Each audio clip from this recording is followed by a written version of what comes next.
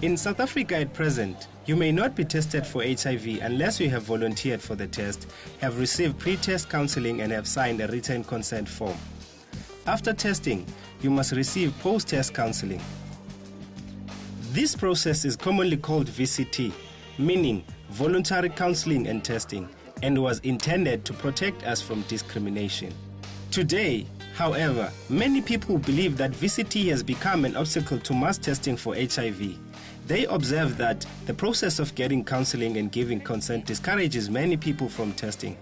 Instead of VCT, they advocate routine testing for HIV. The way many health professionals understand the law, it's that they can't say anything about HIV and about testing. And so they sit there with their hands tied behind their backs and wait for people to request HIV tests, which people don't do. Generally, they don't do that. In the old days, before AIDS was treatable, human rights lawyers like myself made it very difficult to test someone for HIV. If you go to an HIV clinic, the doctor's not going to test you straight away. She or he is going to say to you, sign this form, go and get counseling. Are you sure you want the test? We're making it difficult for people to be tested for HIV. When we test for any other disease like diabetes, we also have counseling sessions because we have to make sure that they understand exactly what the disease is all about.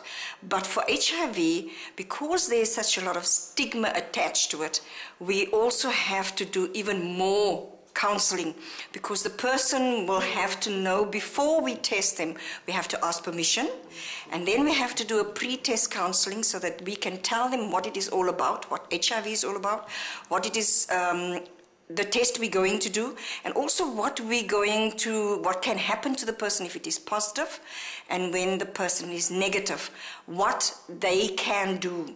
And then when we do the post-test counseling, then we also tell them again, if it is positive, we tell them what they can do, and if it is negative, we tell them how they can stay negative. We are erecting requirements about express specific consent, written consent all too often, and counseling. That's making it difficult for our healthcare workers to deal properly with this epidemic. And all too often, people with HIV are dying as a result.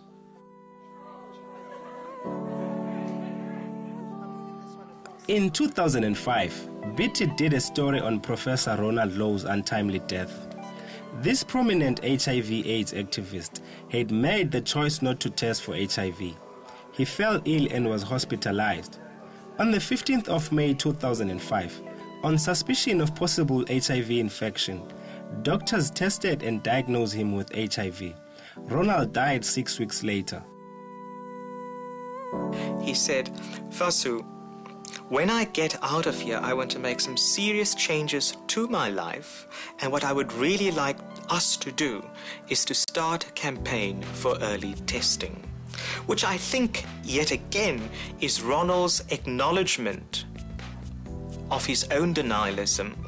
And I think a campaign for early testing is an important lesson we learn from Ronald's life. We telling people AIDS is different, AIDS is worse, AIDS is scarier. We are chasing people away. The human rights protections that we help to erect are reinforcing stigma around AIDS. And we've got to break down those barriers to testing, to acceptance, and to treatment. So I think there needs to be a shift to what I would call a routine offer of testing at every possible opportunity within the health system. And we need to find ways outside of the health system too, to say to people, you need to test. These are the reasons why you need to test. If we test now, this is what we can do for you. If we only test later, your options decrease quite remarkably. And that's why you need to test. And then leave it for the person to make an informed choice.